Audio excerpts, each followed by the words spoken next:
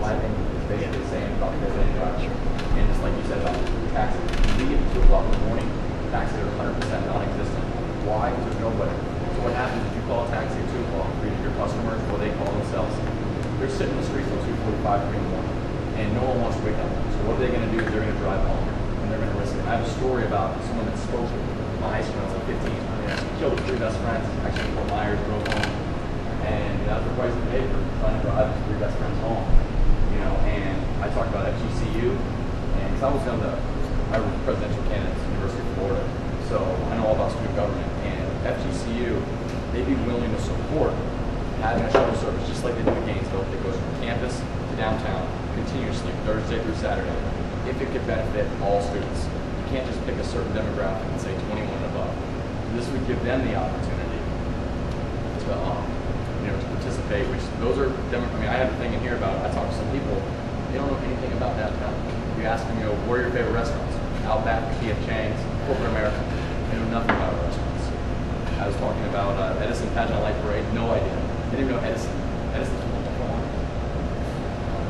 Well, that's an exposure problem.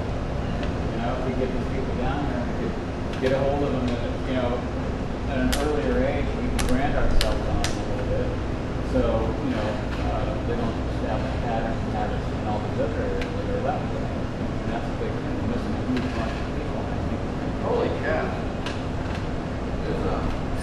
There's actually a whole bunch of exemptions. Hey, Keith, we talked about all over the United States.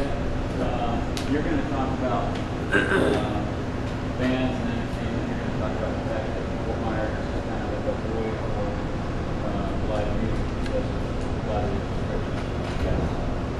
Yeah, that's pretty much what was my focus. It's going to be on the fact that, it doesn't happen today. I got to go out and talk to the city that we had a shooting in our parking lot a couple nights before. Right. But I'm going to use it to our benefit. I do not do hip hop. I don't do under 21 like you guys, except for concerts. The concerts, the only ones you can get, hip hop is the #1 music in America. There's very few places for them to play, so they'll take anything. They'll take the 21 and up. And if that's all I'm forced to pick from the music pool, well, that's all I can do.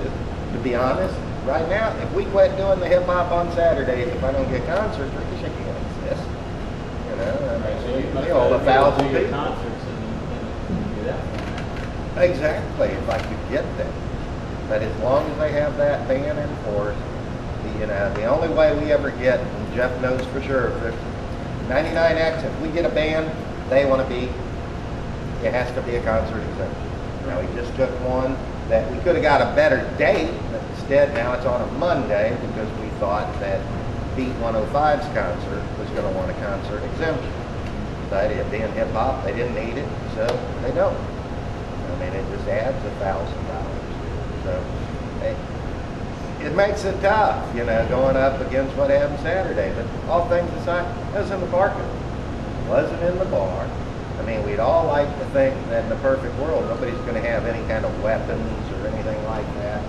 We can control inside. It's outside, same as y'all. This is where you need the help. Most of the problems don't happen in the clubs. It's once they're out when people go and want to leave. But the big thing too is we can try to recreate this live format and what we're able to do if we're more flexible. Exactly. But in the same token, we still have to let them know that no matter what, hip-hop is the #1 music in America. We cannot ignore it. It touches on a racial epitaph that they don't want to go near. Yeah. They don't want to tell us we can do that. But in the same token, and most of us know that there's certain problems come with them just because of the little wannabe thugs. It's just a huge difference dealing with them. In our case, they didn't want to leave the parking lot. So that's when the problems happened. It was a half hour after we closed. But if you had a rock concert there, you would probably have that situation. No, because most of the people would leave. Yeah. As soon as the bands are done, it's like mass exodus. You can have 1,000 people and Right, still have an hour left. To see the show, they don't come here to start and hang out in the park. Yep. That's So, yeah, it is a bummer that it happened. And I'd like to be able to tell the city I won't do any more of them, but that's not going to be. You said Harborside can do the concerts, but you can't. Yeah, they got one coming. I think I got a flyer that they. Yeah, and now they've had a shooting out there. You know, they just, I'm gonna bring up. It can happen anywhere. You just had a stabbing at Miramar.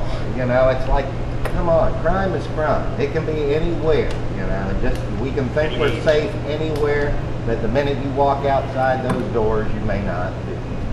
And as far as the age part, these weren't underage that the problem happened. And I mean, this is unfortunate it happened. We've got to find a way, if we're going to continue to do concerts down there as far as hip hop, that we can get them out of the park. That's our biggest problem.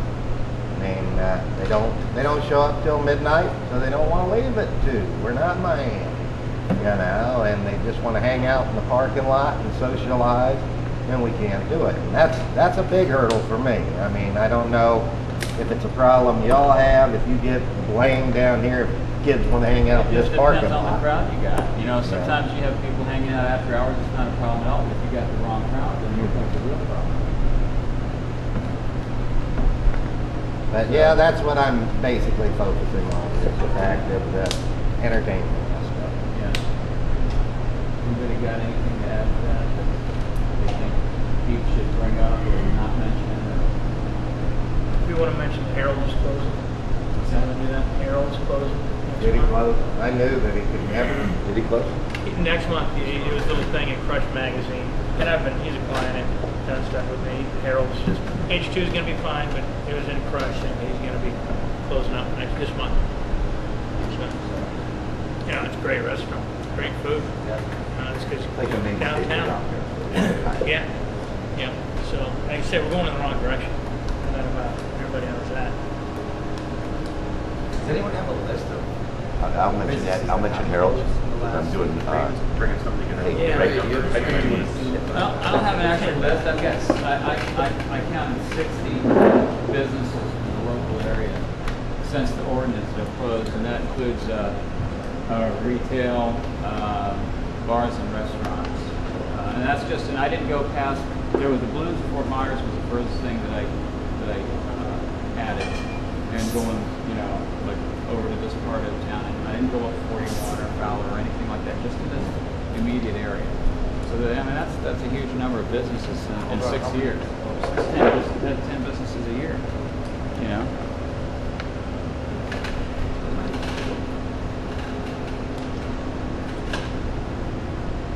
Oh. So this ordinance was 6 years. It's been 6 years since it changed. Yeah, it was January of 2002 when the ordinance was put into effect. No one from BBC showed me the agenda. The public comment first is all in the beginning. I think this item is like number 27 on the agenda.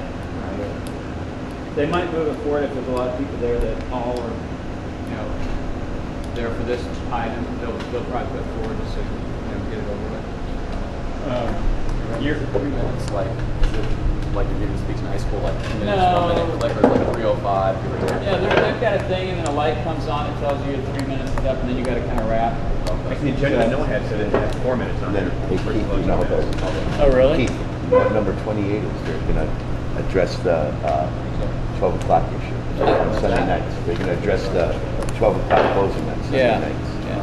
That's an issue right after us.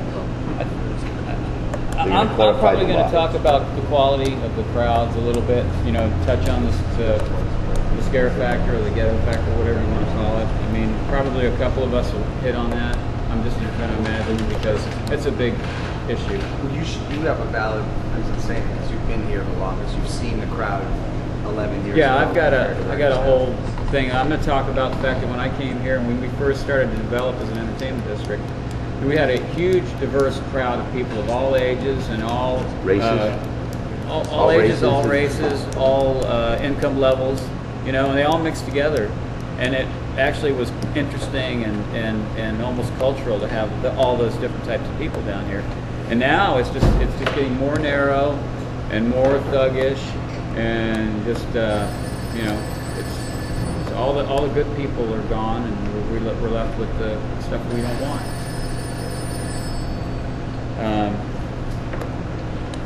You're talking about like you said, the funding situation, and you've got some stuff in there about foot traffic and things like that, right? Yeah. Jose, I don't know. Jose's supposed to talk, but I don't know where he is right now. He's going to be there, right? He said he was Thursday Okay. night. Do we have anyone speaking that isn't in the food and beverage industry? Mike Yeah. Orion. Yeah, that Eric? guy, the Ryan guy. Eric? Eric. I've got. Yeah, there you go. And I've got Cindy coming over. Hopefully, she's got something going on with her car, but she's going to try to be there and put her name on the thing. And she's going to talk about the retail, because she's been doing the antique store since way before I even got down here. And you know, one of the things about your storefront is that you want to have exposure. You want people walking past your storefront. If you don't have foot traffic, you're not going to get the exposure that you want. One of the things we used to do during like block parties and bike night and all these things, even if we weren't open, we would leave the storefront lit up so that people would walk by and say, oh, you know, there's a cool store, maybe I want to come back and go there sometime. You know, at least they see it and they know you're there. And that's one of the things with decreasing foot traffic, you're losing a whole bunch of exposure, you know. And she's also going to talk about the fact that she has two very young daughters, and that you know, she had an experience with one of her girls that was somewhere at a friend's house and drank like a whole bottle of something, almost died, went into like renal failure and all kinds of stuff. So, you know, the idea, the same thing being under a controlled environment, having people around that are responsible, having the police around and things like that, you know, that would, you know, that situation would have never occurred. She wouldn't have her kid in the emergency room if she had been down here. It's a shame I don't know this, but is there a little cool coffee shop downtown? There used to be. Well, yeah, I know, right next to the cigar bar. Again, you know, those places got to go by. There were actually two there. Huh? There were actually two. There were two in that different, building. yeah. But there is nothing now, Cool right? beans and Just so bottles. I can Yeah, bring that up. that's Again, that was something that I went think I'm very going to well. discuss that with lots of Okay. businesses. Right, because that's kids, coffee shops, and doing the Poets Society thing that they do, and I mean, It's a shame we couldn't get like Blake's Barber Shop. You're right. Somebody from the gym, the fitness center over there. And Yeah, Jim always Interesting, what's wrong here? You're not allowed to pick up bottles outside after 2. What? Why not? Because they've got alcohol in it. That's no container. So I'm not allowed to touch it. It doesn't make any, yeah. It Seriously, one time I was walking around the corner, I was cleaning up the antique store, and I had some bottles in my hand, and some cops harassed me because I had The only exemption it makes is if you're collecting them for the deposit value. Should we make our way over there now? Got time to sign the card? I got cards here. We can all fill them out. I wanted to make a note, everybody, this is Jeff. He's running for Congress for District 14, our district here. He's also documenting local political events, so Well, that's cool. covering it. What's up, Jeff? Do you have anything to say? Yeah, I'm here because I think the downtown area is absolutely vital, not only to the economic growth of this area, but also the community growth. We have our office set up off of Linhart, and you know, I love to walk at night, and I come down here and it just breaks my heart to see how dead it's gotten in the last couple of years. But you know, this is so important to the community. I mean, looking at, you know, one of the things everyone's talking about right now is everyone's talking about, you know, cutting down fuel prices and cutting down fuel consumption. I think one of the things that's so important about downtown is we need to get away from the suburban sprawl model that we have in this area that's so bad, and really developing this community will go a long way One towards of the doing things that. that we used to have down here is a lot of people that worked down here, lived down here. You had bar staff, and you had waitresses, and you had bar backs, and a lot of people that worked in the restaurants, and they lived in the apartments above, you know, the establishments, and that's really kind of a thing of the past now because they're not making enough money. I don't know, you know, how vacant some of the apartments are, what the vacancies are, but I know there's not nearly as many people. Because I used to know a lot of people that lived in the apartments, you know, in the Dean apartment building and the Patio de Leon apartments, and they're just, I just don't know anybody lives in any. Yeah, I used to hang around quite a bit down here in the late 90s and early decades. I knew a lot of people out in this area too. The agenda item number? I do somewhere. Who are you running against?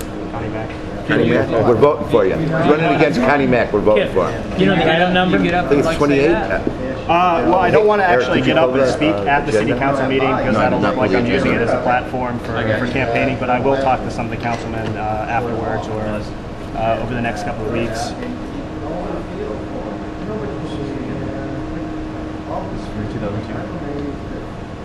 They don't tell you on here, do they? No, I was supposed to have it written here, but it's not. Does anybody know the agenda number? Thought it was 27. 27 or 28? Yeah. The agenda number? You can pull it. Can you pull it up? 27? I think it was 27. City council.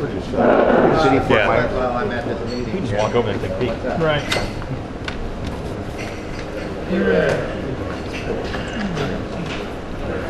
Bring these.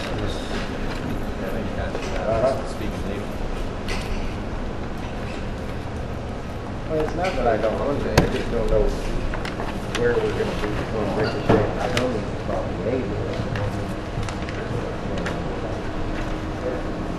How many people? Are you doing on tape time?